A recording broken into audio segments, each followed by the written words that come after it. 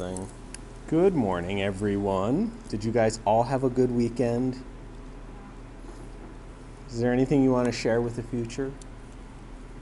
Anything you want to remind yourself of?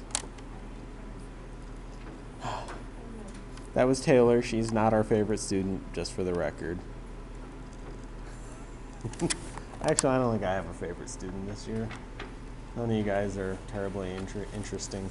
So, we're going to finish up on chapter 29 on proteins. And for the record, for those of you complaining that I talk a long time, I added up all of the videos for this month, and I've only gone over a total of 38 minutes. That means I have to go over 12 minutes this week in order to actually have an entire day's worth of extra time accumulated. So the perception that Jay talks forever. 4 minutes, 6 minutes today. And 6 minutes. That's right.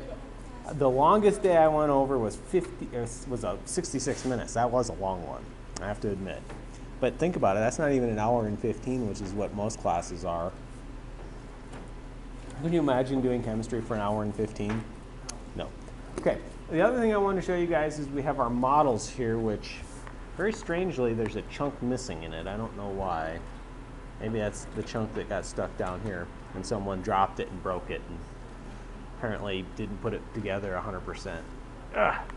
This is an alpha helix. So if after class people want to kind of come up, it's hard. You have to kind of pick some place to start, but you should be able to trace the various residues and see where the hydrogen bonding is occurring between the carbonyl groups and nitrogens on the amines, or on the well, actually it's in an amide, I guess, technically. And then how it does that. And then you can do the same thing here where you can see what a beta pleated sheet looks like. And so you can see in a beta pleated sheet, you know, half of the functional groups are up, half of the functional groups are down. And that what we really have to imagine is that, you know, we've got one here, it's coming around, and then it's coming like this, and it's wrapping back around. And normally it doesn't wrap back around, you know, after 4 or 5 residues. It's usually, you know, 10, 20, 30, 50, 100, could even be more than that. But, you know, for the model's sake, they just showed a little bit of it. And so I think it's kind of interesting to look at. And, you know, if you can pick out and see the amino acids in a structure like this, then that means that, you know, when you look at a picture in the book or a picture on the test, you should hopefully be able to pick out and see the amino acid structures. By forcing your brain to interpret this in terms of things that we write on paper, usually should help your kind of visualization. So if you guys want to take a look at that, you can. If not, no big deal. There's a section in the book that I'm not going to cover that I want you to read up on, and that's examples of proteins.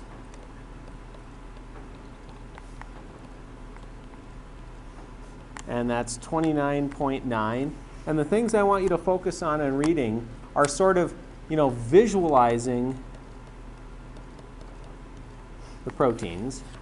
And notice that they give you 2 different types of structures that you can look at. They give you what's called a space filling model. And that most looks like something like this, except the atoms are always drawn larger, meaning they take up the actual space that they would occupy in a molecule. And I have to be honest, to a certain extent, this is what I call almost useless.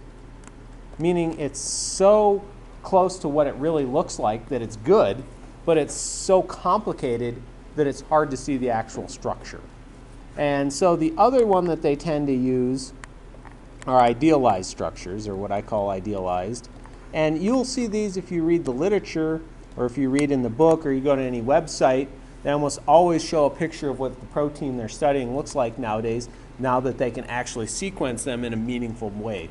You know, if you go back and you read Sanger's original paper, all his paper says is, you know, it's got 58 amino acid acronyms in a row. Now they have these nice pictures, and they show some of the tertiary structure and quaternary structure of these pretty well. And these tend to highlight certain features. They tend to highlight the alpha helixes and the beta pleated sheets.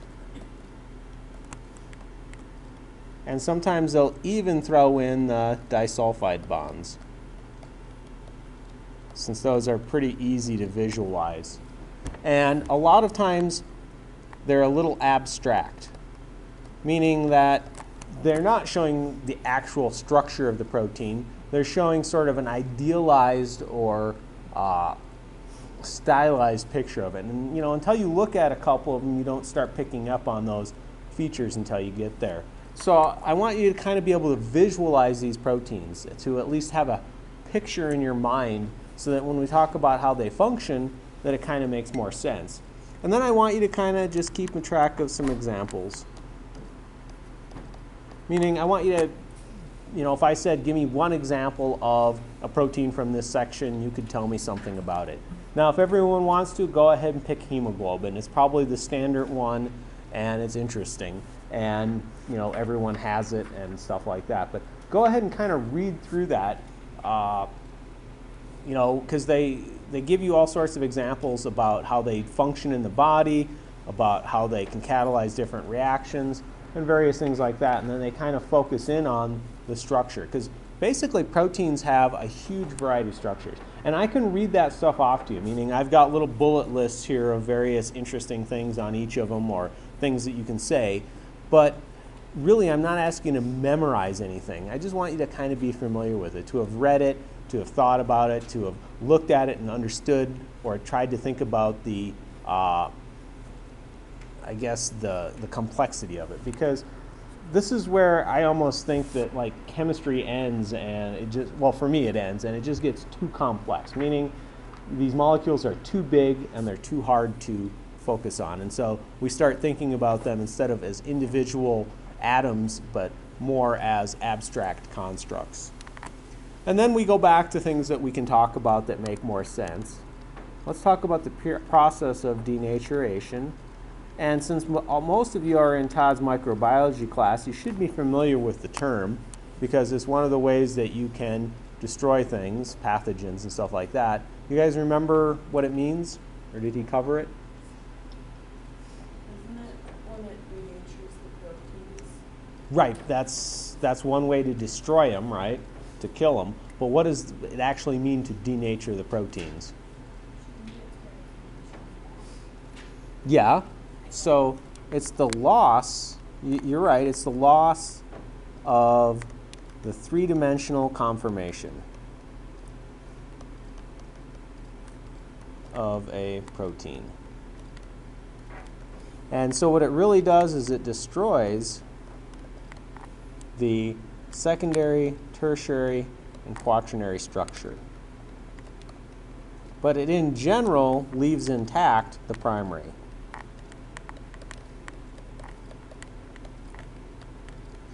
Now, obviously, there's probably different levels. There's some that are not going to destroy all of the secondary, tertiary, and quaternary structure.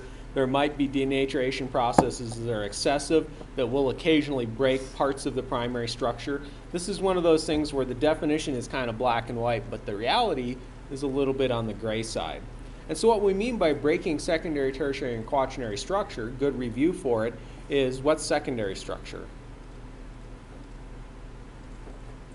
Ouch. You guys have a lot of studying to do. I'm guessing the test will be next week on Tuesday. Maybe on Thursday if I lecture really slow this week.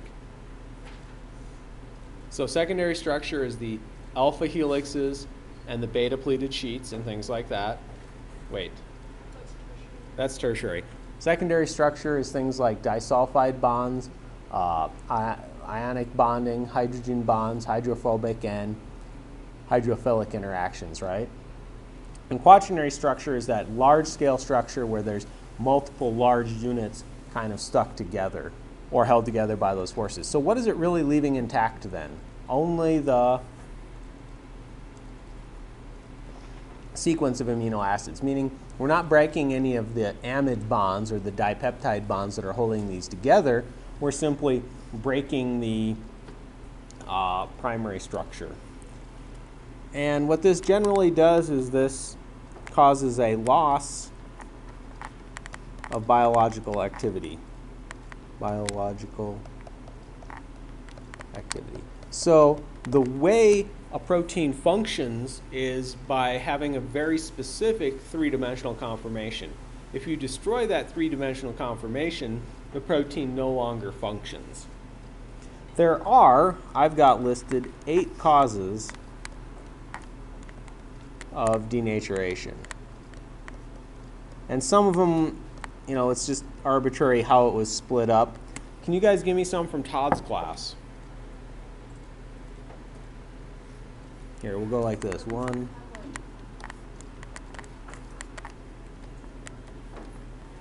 Are these going to have what? Lots of things associated with them? No, it's just going to be a couple words for each. So what are some ways that you denatured proteins in Todd's class? Heat. Let's see. The reason I put the numbers down is this way I can keep track of which ones I wrote and which ones I did not on the list. Otherwise, I'd be like trying to think which one I missed or skipped. So heat, for instance, simply cooking things is enough to denature most proteins. Think about cooking an egg. Or certainly, you know, flame sterilization does it too in Todd's class. What's some other ways you've used? Well,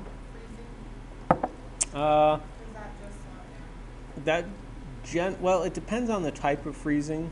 If it's hardcore, then yes. Otherwise, it tends to not denature it.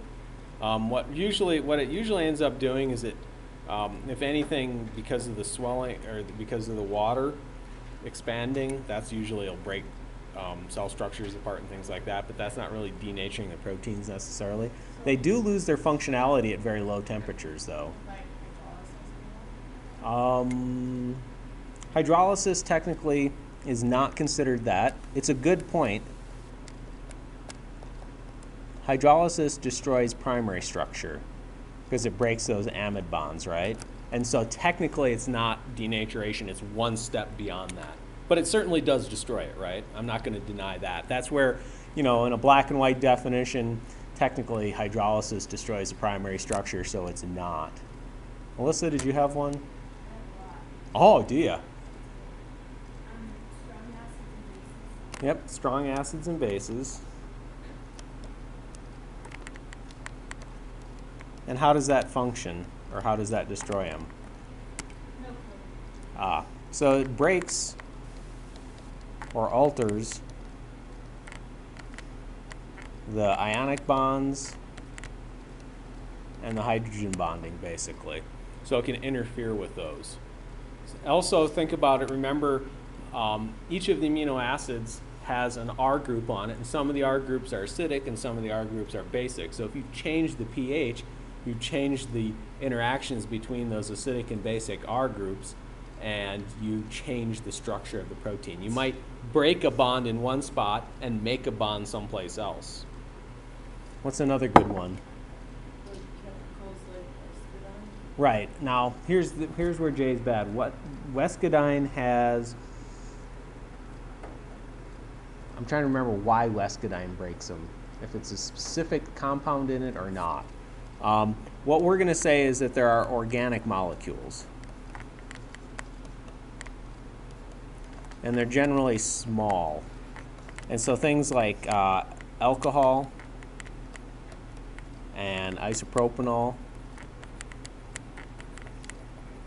those small molecules can slip in between the protein molecules, and so instead of water you would have, say, an ethanol molecule, and that again is going to change those ionic bonds, those hydrogen bonds, the hydrophilic and hydrophobic type interactions.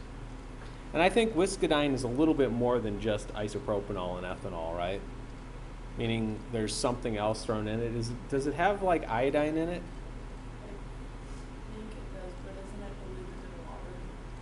Well, yeah, that's okay. I mean, that's just a concentration sort of thing. You could either buy 5 gallons of it diluted, or you could buy 1 gallon and dilute it to 5. It's a lot easier to buy it concentrated and then dilute it, right? I'm pretty sure it has iodine in it because I know it reacts with light and goes bad after a while, right? And that usually is a sign that there's something with iodine in it because iodine is light sensitive. How about another one? Yeah, agitation. Oh, I lost track of, am I putting these in order? Oh, I guess that's number 5 if I'm going like this. Agitation. Are these from your note cards or from reading the book? Excellent. The book is useful, is it not? Do you feel like you're bored now since you know all the answers? Oh, okay. I always think that sometimes if you read the book ahead of time, you'd be a little bored in class. I never read the book as a student because that was horrible. I read it afterwards. Found it was better. So yeah, agitation, you can actually break apart proteins by simply mixing them really, really well. Think about anything to do with eggs, basically. I'm getting the most awful glare from that window bouncing off the bottom of the little brown piece and beaming straight into my eyes. Look at that pocket. Except I don't think that looks like it does it? Nope. I'll just sit like this. Okay, next one. Alyssa, from having read and taken notes on her reading. Wow. I might have a, what? Salts. I listed that as number 8. These are listed in no particular order. Like I said, I tended to do that. Agitation, what about it? Yeah, well, let's take it Oh, just literally breaking things. Oh, I just listed things like examples that go along with it. This would be things like, you know, if you're stirring, mixing. My favorite is anything to do with eggs. And here's where I don't really care, meaning, you know, I'm not going to ask too specific a question, but like if you make meringue, isn't that just like super whipping eggs super, super hard until they're frothy or something? I don't know. You'd think I'd know this stuff because I like to cook, but it's in the book too. Wow. Yeah, page 818. And I love the picture in the book, by the way. It's a good picture. It shows all those breakages happening, right? Next. Oh, salts. Things like sodium chloride, Na+, Cl-. Usually a favorite one to use is iodine because it doesn't affect the flavor of things as much as regular salt. And again, this disrupts ionic bonds, really. If you give extra positive and negative things in the solution, then they can do that. It's one of the ways that water purification tablets work. Like, for instance, how many of you guys go camping?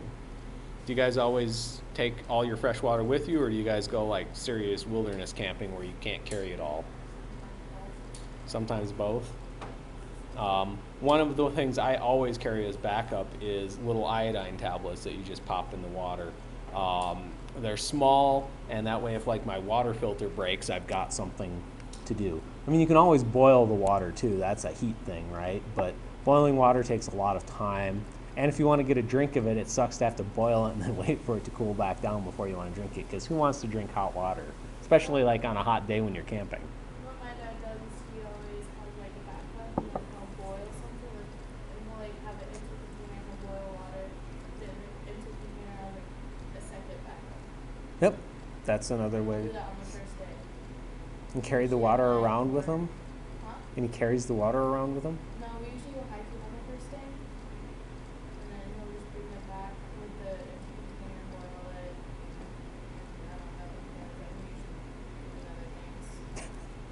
I don't know. My theory is that nothing ends a camping trip faster than running out of water. And, you know, you can always take a risk and drink from a crystal clear stream. But I had a friend get Giardia once. You never want to get Giardia. Never, ever in your life. He lived in his bathroom for like a solid week and could not take more than like 5 steps from the toilet without something going wrong. It was not fun. And it wasn't quite that bad, but he pretty much took a week off of work and didn't show up. I don't know, what number is next? What's next on your list of stuff that you got from the book? Yeah, UV radiation. I put that one as 6. One of the neat things about camping that I've seen recently is they've got these light pens where they basically it looks like a pen, and what it does is it shines UV radiation, and so you just swirl it around in the water and that's enough to purify it. Works great as long as you have batteries, not so good after that probably. Again, if you're going hiking for a day, probably plenty, right? And probably the easiest and lightest way to do it, especially since like those iodine tablets always leave the water tasting funky. UV light does it by, it's higher energy light, and so it can break chemical bonds, and so it can break the bonds. High energy breaks bonds. Next.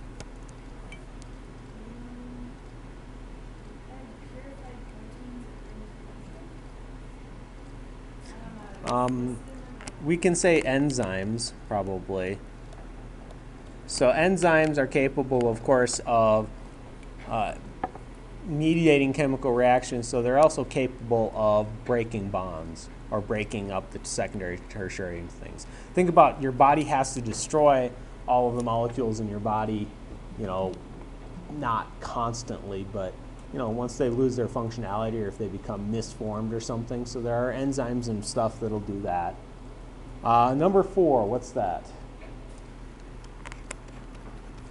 Heavy metals. Much like salts, except these are generally things that we consider like mercury and lead. It's one of the reasons mercury and lead poisoning is so bad. It accumulates in your body and it's capable of breaking up some types of proteins specifically. So, you guys can read. I like that. Did you guys read the whole chapter? No? Okay. So, the next topic is generalized tests for amino acids and proteins. So, for instance, we have, you know, tests to tell if something's a carbohydrate. We have some tests to test different properties of lipids. We also have some generalized tests for amino acids and proteins. And I don't know why, but your book sticks a big list of them in here, whereas in other chapters there wasn't necessarily as much, but that's okay. We may get to do this lab before the test, we may not, so it's worth lecturing on anyway, since if we really do the lab starting on Thursday, you wouldn't really have a chance to finish it before the test. On enzymes and proteins and stuff. We might skip that lab. We'll see how things go. We're kind of cruising on ahead, so we might do a little skipping now and then. So the first test is xanthroprotic. Oh, I also make okay, so now that I spelled that difficult word, because I can't spell and talk at the same time, my pronunciations of these words are my own. I've never talked to someone in a conversation and said, hey dude, about that xanthroprotic test, and he says, dude, that's not how you pronounce it. I've never had that happen, so I have no idea how some of these are to be pronounced. They're not things that I ever did in school, or at least certainly don't remember it. And this basically reacts with any protein containing a benzene ring.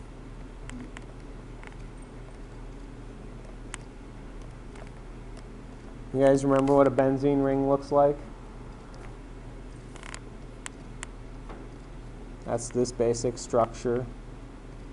And it basically reacts with phenylalanine, tyrosine, and tryptophan, which is TYP, I think.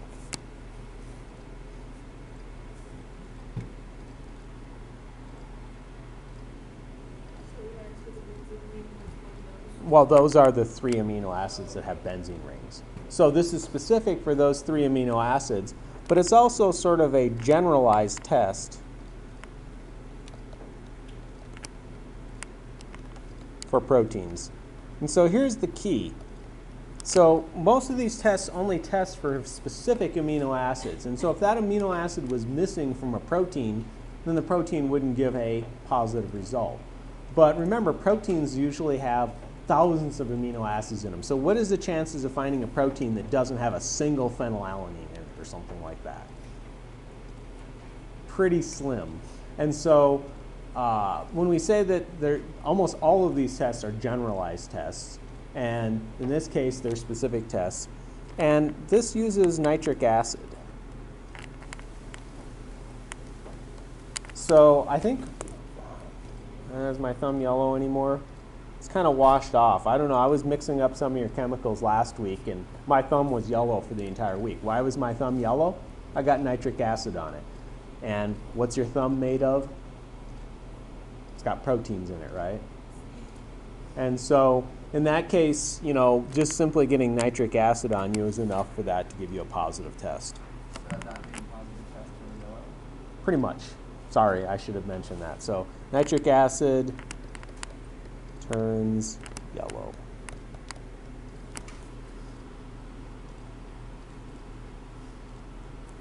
The second one is the Biuret test. I like this one because it produces a pretty color. So this is a solution which we react, well, I guess I'm kind of mixing up the order I'm covering things in, but that's okay. It's dilute copper sulfate in a basic solution, and it forms colored complexes. And it generally goes from, do you guys remember what color copper sulfate is? We've used it a bunch. Yeah, it's pretty blue color. And it usually goes to some sort of violet color or purple. And it tests specifically for dipeptide bonds. Dipeptide bonds. And you have to have at least 2 of those. And so what it really tests for is 3 or more amino acids. So it can test for small polypeptides,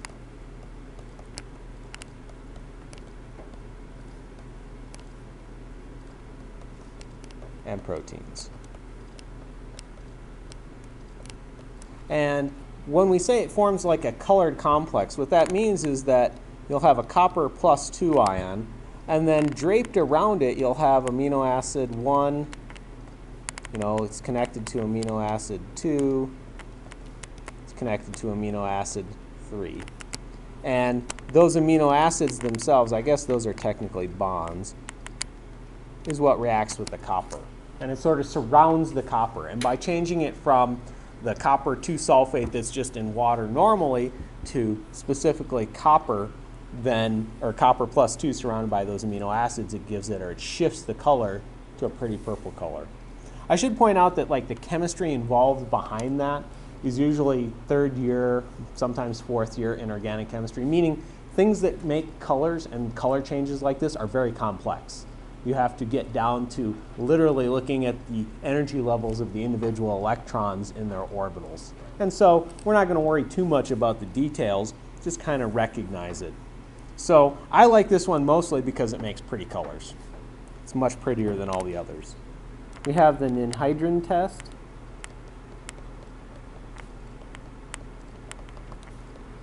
And this is a very sensitive test for amino acids. In fact, it can go down to 10 to the minus 6 grams. And I don't expect you to memorize this structure. I'm not even sure if I care if you recognize it, but you know, we'll draw it for interest's sake. It's kind of an interesting structure. It's got a benzene, it's got a couple ketone functional groups, and it's got a couple of OH groups. And it turns from clear to blue for most amino acids. Oops, for most. But it specifically turns from clear to yellow for proline and hydroxyproline. And so what you usually get is some combination of a blue-yellow solution depending upon the amount and number of those amino acids. If you're testing pure amino acids, obviously you get yellow. If you're testing proteins, you're going to get kind of a more bluish solution because there's far more other amino acids than proline and hydroxyproline. So basically, so all this is just another Generalized test. The reason that this one is important is because it's super sensitive. I mean, can you even measure out 10 to the minus 6 grams on our scales? No. So this is so sensitive it can actually, you know, kind of detect something that's better than our scales can do. So what like makes it produce composites? Like what does not make it produce composites? Just amino acids. So any amino acid will react with it. And my guess as to why it reacts is because of its very specific shape can match up very well with the amide bonds in amino acids or in dipeptides and things like that in the fragments. Meaning that it's just the very specific shape of that molecule that gives it this property. There's lots of things that react with proteins. This one happens to react very well, gives a very strong color. And see, color in compounds is complicated. It has to do with the electron levels and the energy levels and how close they are together and how stressed the structure is. And so, like I said, that's usually a third-year course. Honestly, I don't even remember any of it. I can remember a few buzzwords for it, and that's about it. It's kind of like calculus, you know. It's been a long time since I took calculus. I don't remember much of it. So those are some generalized tests for amino acids. And then if we want to get more specific information, we generally do one of two things. We either do chromatography or electrophoresis, which is really kind of, I consider it the same thing as chromatography. Todd would disagree and say, well, no, because it uses a different substrate. And I'm like, yeah, whatever. It's the same idea. So let's talk about chromatography.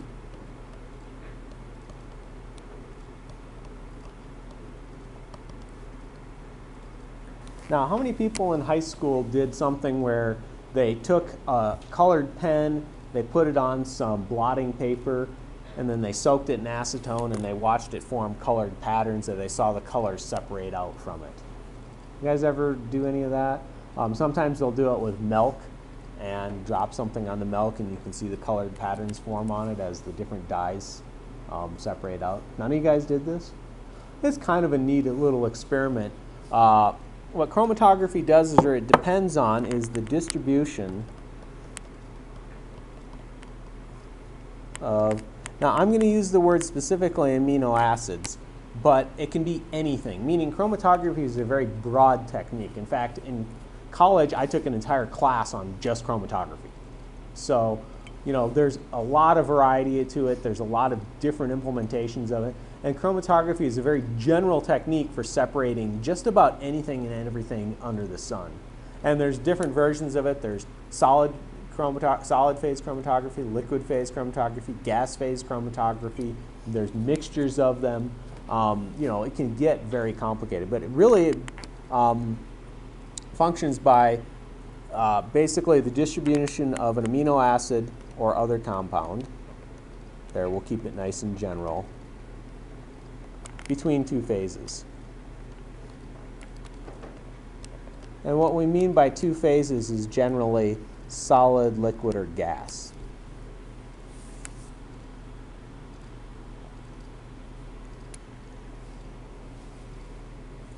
And so what it really depends on then is the solubility of the amino acid in a liquid. And that solubility is different because of the R groups. Meaning they all share some things in common. They all have a carboxylic acid and they all have an amine group, but they all also have other functional groups. And then it can also depend on the charge associated with it. And this is kind of talking about that Zwitter ion form. And so basically different R groups have different charges at different pHs. So you can make use of that by changing the solvent. So the neatest thing I think about chromatography is it really does allow you to separate out compounds or different things in a very, like, I would consider it low tech, meaning, you know, as long as you have some sort of porous material and some purified solvents, you can do chromatography. And in fact, it's a technique that's pretty old as far as, you know, like little chemistry techniques. So we're specifically going to talk about thin layer chromatography.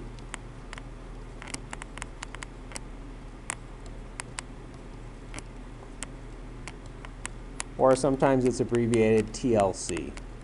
And then there's all sorts of other abbreviations. For instance, you can have HPLC, which is high pressure liquid chromatography. And you can have HPGC, which is high pressure gas chromatography.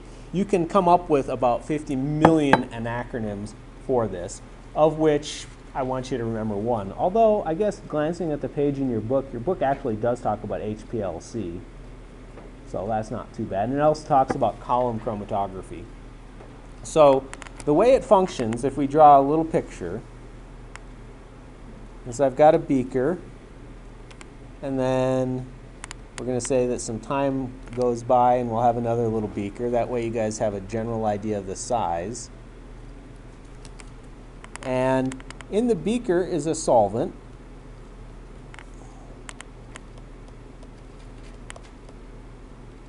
And in that beaker we put a strip of paper. And so this is called chromatography paper.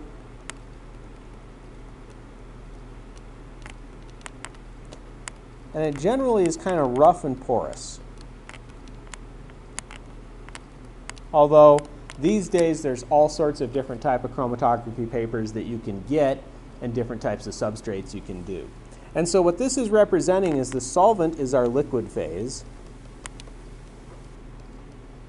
Our paper here is going to be our solid phase. And what you do is you put a small spot here of your amino acid. So that spot would represent an amino acid mixture.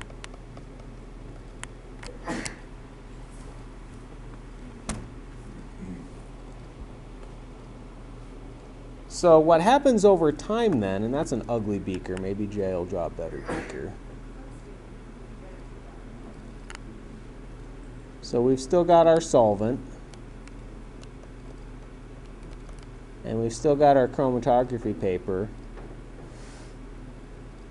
But what happens is the solvent moves up the chromatography paper. So this is what we call our solvent front. And that's formed by the wicking action, if you want to think about it that way. So basically, if you set a piece of paper in there, that stuff will slowly get wicked up or soaked up by the paper. And what happens then is the amino acids spread out. And so you might end up with 3 different dots. And so we'll say amino acid 1, amino acid 2, amino acid 3. And so we've separated the amino acids. And the way we separate the amino acids is based on their solubility. So they're separated by solubility, or really it's the amount of time dissolved in the liquid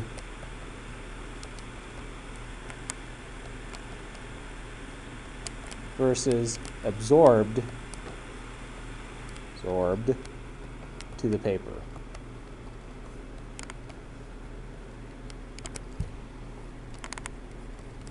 So if you can understand chromatography, electrophoresis will be the same thing. And so we're going to spend, you know, an extra amount of time kind of discussing what happens. So think about it this way. If amino acid 1 is really soluble in liquid, then it's going to spend most of its time in the liquid phase, right? And very little amount of time stuck to the paper. And so it's going to cruise or go up the paper the most. So this one would be considered the most soluble. And the one that spends the least amount of time in the liquid phase is going to move the least distance up the paper, so that one would be the least soluble.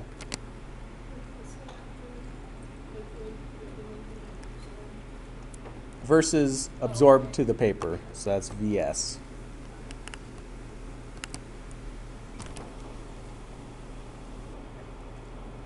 So if we blow up that piece of paper and we kind of take a look at how we can think of the process.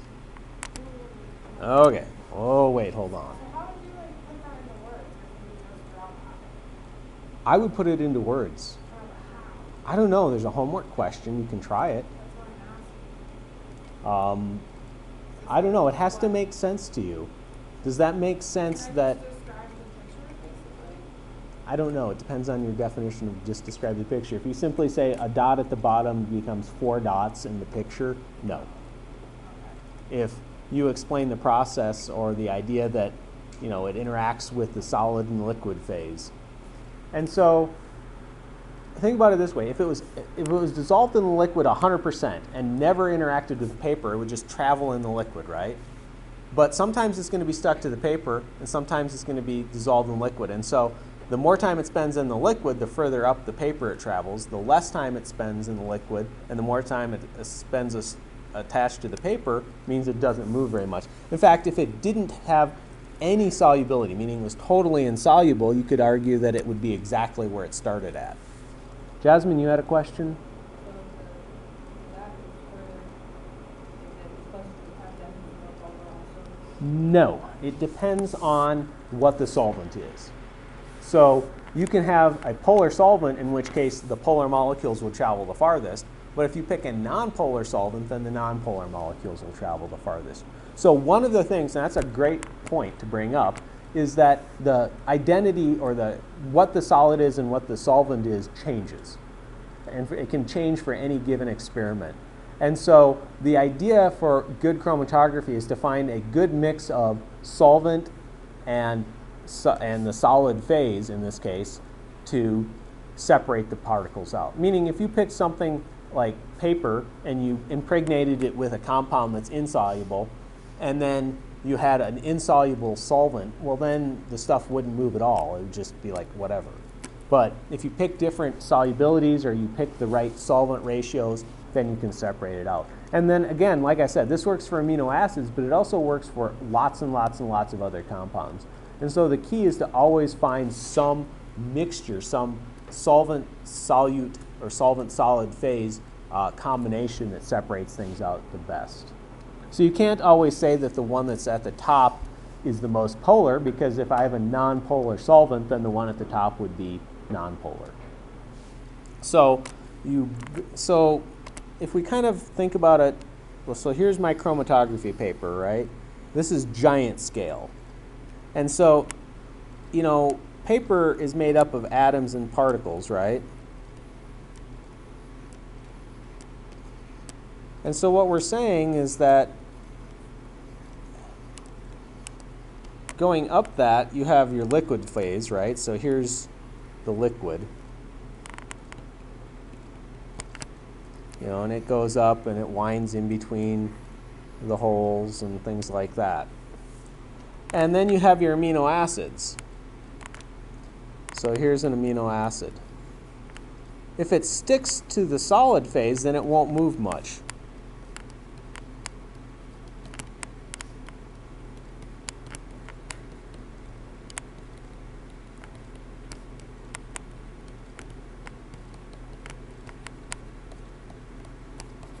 Whereas we might have another amino acid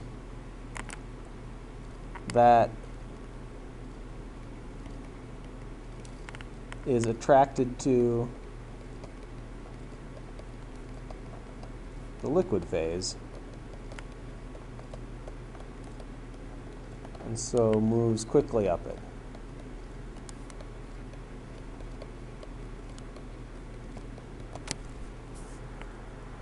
So really what it is it's a process of sometimes it's dissolved, sometimes it's stuck to the solid phase, and depending upon the ratio of that is going to be different for every amino acid, and they're going to travel different distances.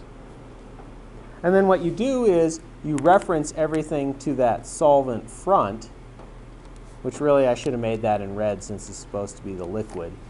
And if something moves half halfway up, then you give it a factor of 0.5, and if it only went a quarter of the way up, you give it a factor of 0.25. That way you can compare your data with different people's experiments, because the ratio of how far it moves compared to the solvent is always the same. How far it actually moves, well, you could have a chromatography setup that's this big, or you could have a chromatography setup that's larger. And then, we're talking about this being thin layer chromatography, so you have like a piece of chromatography paper, or sometimes you'll have like a piece of plastic that has some other compound coated on it. Sometimes you'll have what's called column chromatography, where you take an actual, think about it, it really does look this way, and you can actually do it this way. You can simply take a straw and pack it with stuff. You have to be careful. I mean, if you want really good results, your packing has to be uniform. And of course, different people are going to pack it differently, so there's no real uniformity in it. But you can have packed layers. You can have where it's liquids and gases instead of solids and liquids, although usually it's liquid or liquid solid, just because that's easiest to deal with. You can have gases and solid phases. Like I said, you can have any combination of solid, liquid, and gas basically to do this. So does that make sense? Kind of. The things can be separated based on how far they dissolve. Trying to think about like an analogy to everyday life, but I'm not sure I can think of anything really good that we do kind of chromatography to separate. Would you say it can be separated based on how fast they move? Well, not how. Attracted to, Yeah, whether they're more soluble in the liquid or less soluble. So really, it's solubility and charge. Meaning, if I have a very polar solvent and I have a very polar molecule, then it will be dissolved in the liquid more than it would be dissolved in the solid. Think about it this way. If you have a large group of people walking down a hallway, right, like at the airport, some people move fast and some people move slow, right? And they'll gradually separate over time. Same thing, or like traffic. A motorcycle moves through traffic a lot better than a car does, right? Versus a lot better than a semi does. And so that's based on size and mobility, not so much on solubility, but it's kind of the same theory. So electrophoresis works much the same way. Electrophoresis.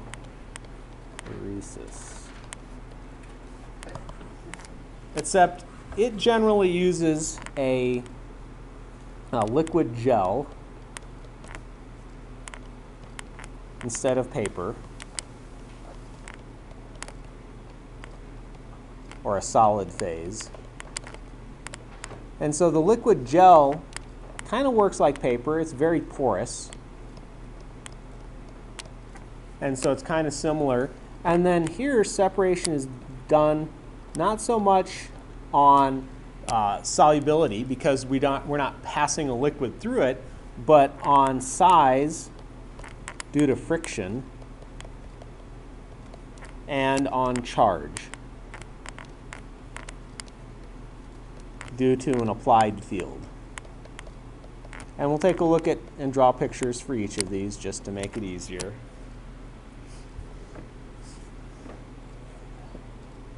And so what would happen is, if I have a liquid gel,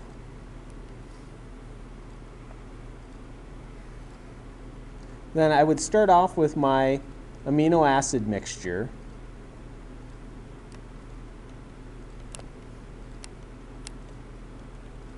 And this is called, so this is, well, actually, yeah, I'm going to start this on a new page because I wasn't thinking ahead of time in that we need to show the actual process. Sorry, my bad. So this is over time.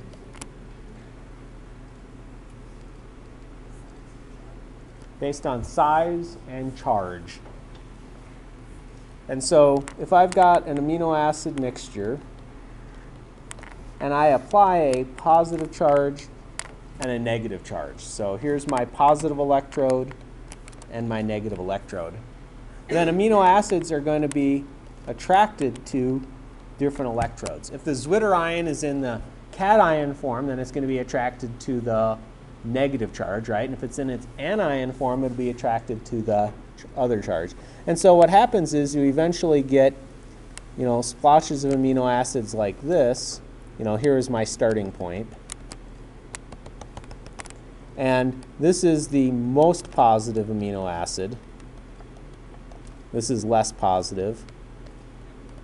This is the most negative amino acid. And they're really not full positives and full negative charges. Remember, they're generally partial positives, partial negatives.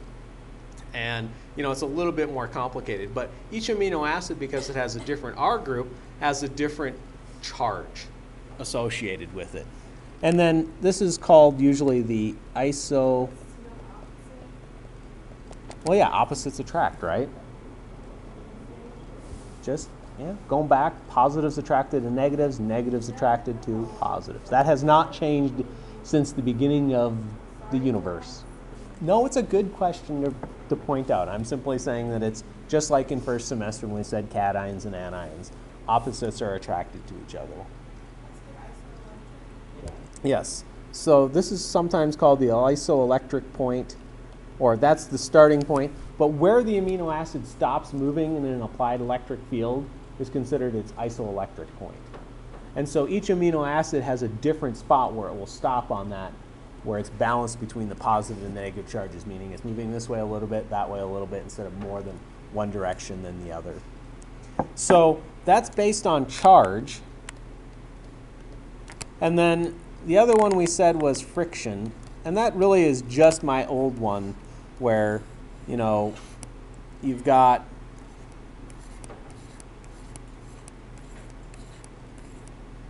an amino acid that has to wind its way through. So small amino acids move faster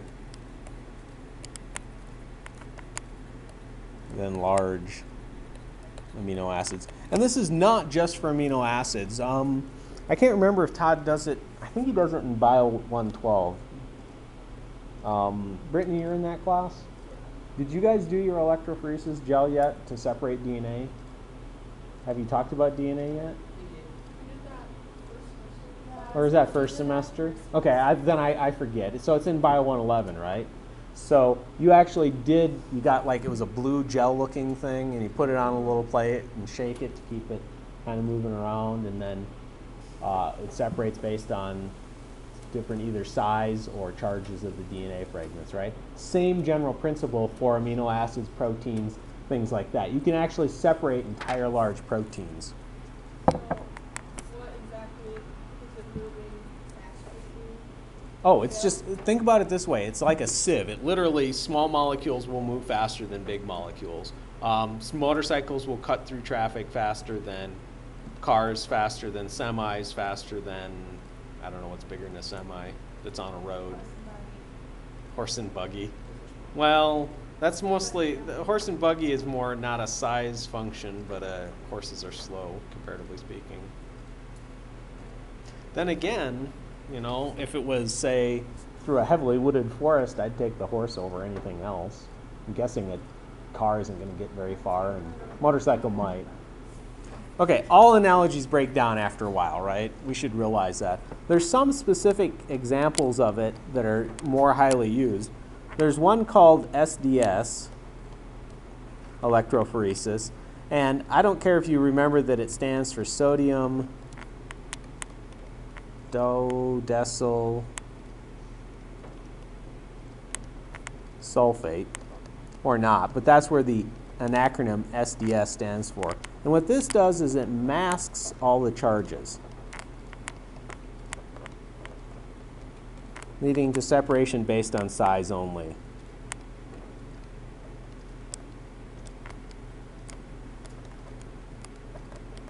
So we can tell the size of different types of molecules by simply masking any other things and determining it by size only.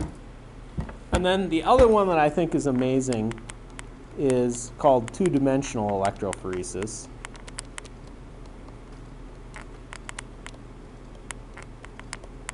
In which we separate based on charge and size. And there's a good picture in your book. I would never be able to sketch it. 29.16, page 822. And what you really end up doing is you create, so for instance, we might separate by mass on this side and charge on this. So here's my plus, here's my minus. So basically you separate on one of them and then you separate on the other one. And so what you get is things down here, which would be positive, would have a low or a small size. You know, this would be positive but large. And so what you'll get is you'll get a whole random distribution, and it's better, or it gives you better separation because now it's separating based on two features rather than one. And I guess if you're really good and you really were, I don't know if they're ever going to invent it, but you could probably come up with a way to do three-dimensional separation too, but I don't know of anyone doing it. Although, I got to be honest, it's not like I've ever actually done electrophoresis in my life. That's one of those techniques that, we just never did it in lab. Okay, so let's finish up with two other just brief fragments of sort of information. And that is Frederick Sanger. And why was he famous? He's the guy that in 1955 isolated and determined the structure of insulin. And he used what's sometimes commonly referred to as the Sanger reagent because he's the one that invented it. That's why I want to invent something. I want kids to learn about the J reaction or something like that. Insulin, 1955, from Friday's lecture, if you guys remember all the way back to Friday. That was a long time ago. There's probably been lots of alcohol and sleepless nights and, no, just kidding. And what it really is it's a compound called 2,4-dinitrofluorobenzene, or sometimes it's called DNFB for dinitrofluorobenzene. Now again, I don't expect you to memorize the molecule or anything like that. We put it up there because as chemists, you know, at least I find the structures interesting. You know, it's got an NO2 group on it, it's got a second NO2 group on it, and it's got a fluorine. 2,4-dinitrofluorobenzene. And really, if we were naming it, we'd name it slightly differently. But, you know, this is one of those things where they do that. And this binds specifically to the alpha amino group on the N-terminal end.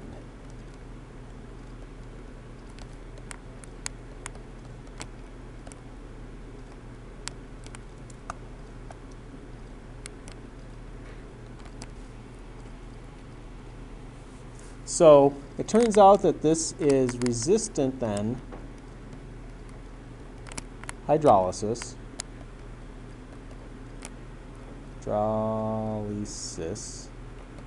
Therefore, when we break the molecule up,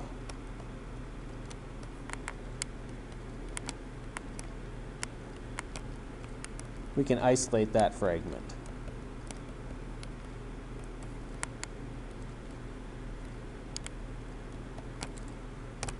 Boy, my handwriting is getting horrible. And so basically what he did is he attached this group to an amino acid, then he would break it up and he would isolate that amino acid. And by breaking up these in a large number of times and in a large number of ways, he was able to piece together the larger one. So an example of that would be, for instance, if you had the following fragments. So he recovered the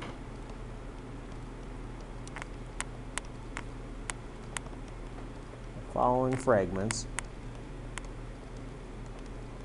So if I had a gly, glue, arg, and then I had a gly, phenyl,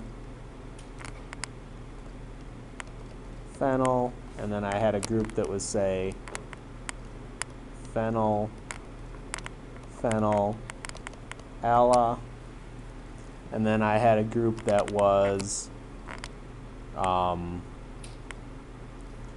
gly,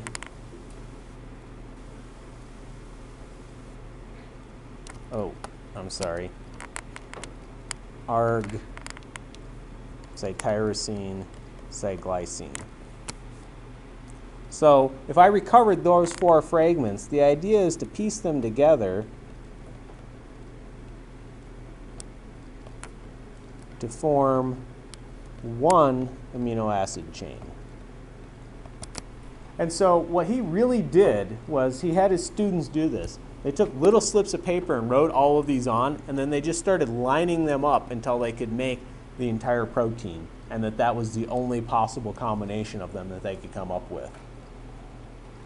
And again, remember, this took several man-years of time to do, like, you know, literally multiple people working multiple years to do it. So how could I piece those parts together to make one giant amino acid? So what you're really looking for is where they overlap, right?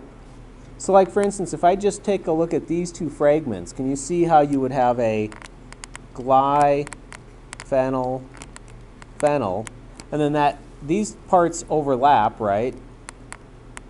And so then after that it would go alanine, right? Does that kind of make sense that those 2 pieces overlap? Or maybe I should show it out this way.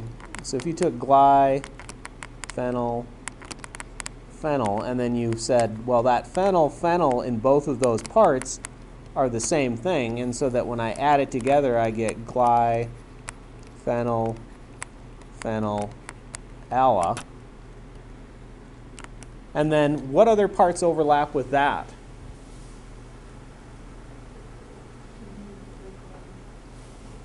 So here, let me do this too. 1, 2, 3, 4. That way you can tell me what fragment you're talking about.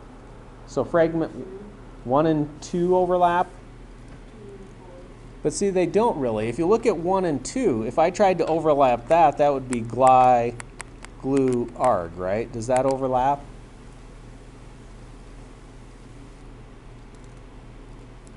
Not really, right?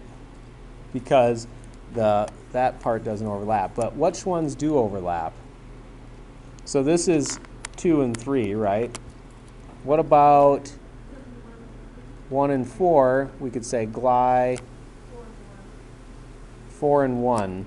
I guess it depends on what order. So we'd say it's arg, tyrosine, glycine, and then we said glycine, glut, arg. That's one way they overlap, right?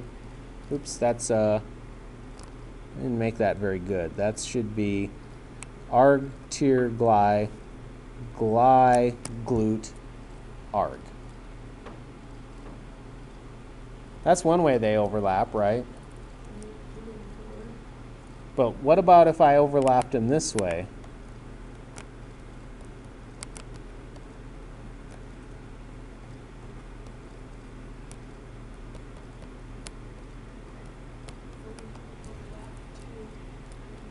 So those both work. That's 1 and 4 and 4 and 1, or I might have the numbers reversed, right?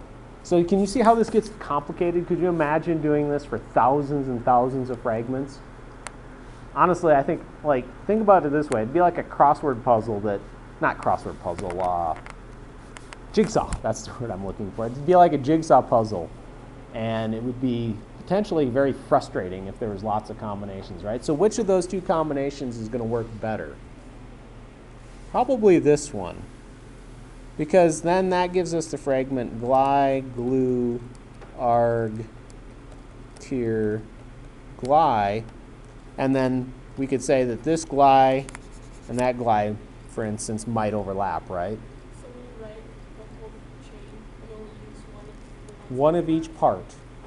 And so then our final chain would have to be gly, glu, arg, tyr, gly, phenyl, phenyl, ala. And since I made this example up, it's actually harder than I had intended. Usually when you talk about overlap, you want to have at least 2 chunks like this overlapping to really show it. And really when he did it, they had bigger chunks than just, 2 or 3 amino acids overlapping. They were able to see a lot more overlap. And so imagine piecing together an entire protein this way. A lot of work. The other way that they did it was via what's called the Edman Degradation. And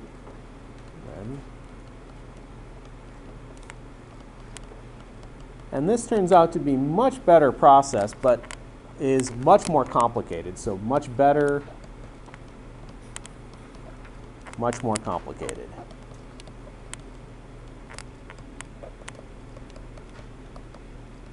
And he uses a molecule called phenyl isothiocyanate. It looks like this. So again, a weird molecule that we don't really recommend or not know exactly or haven't really encountered before. And this also attaches to the N-terminal end of an amino acid. But then instead of breaking the entire molecule apart, you can simply chop off the last amino acid. And I can't remember if it's in the book or in my notes and where. Gosh. Oh, it uses 12 reagents plus 100 separate reactions to do that. So when I say it's better, it is, because it chops off that specific amino acid, and so you can just do this reaction 55 times in a row and get all 55 amino acids in a sequence. The trouble is that it takes a lot of chemicals, and there's 100 separate chemical reactions in it, which is okay because you can make a machine do it. 100 separate reactions. Boy, my handwriting is atrocious today. I apologize. But you can make a machine do it, and so you can actually just chop apart an amino or a protein 1 amino acid at a time. Now they have even better ways to do it these days. One of the statistics I find amazing, so I guess this is a new topic, is protein synthesis.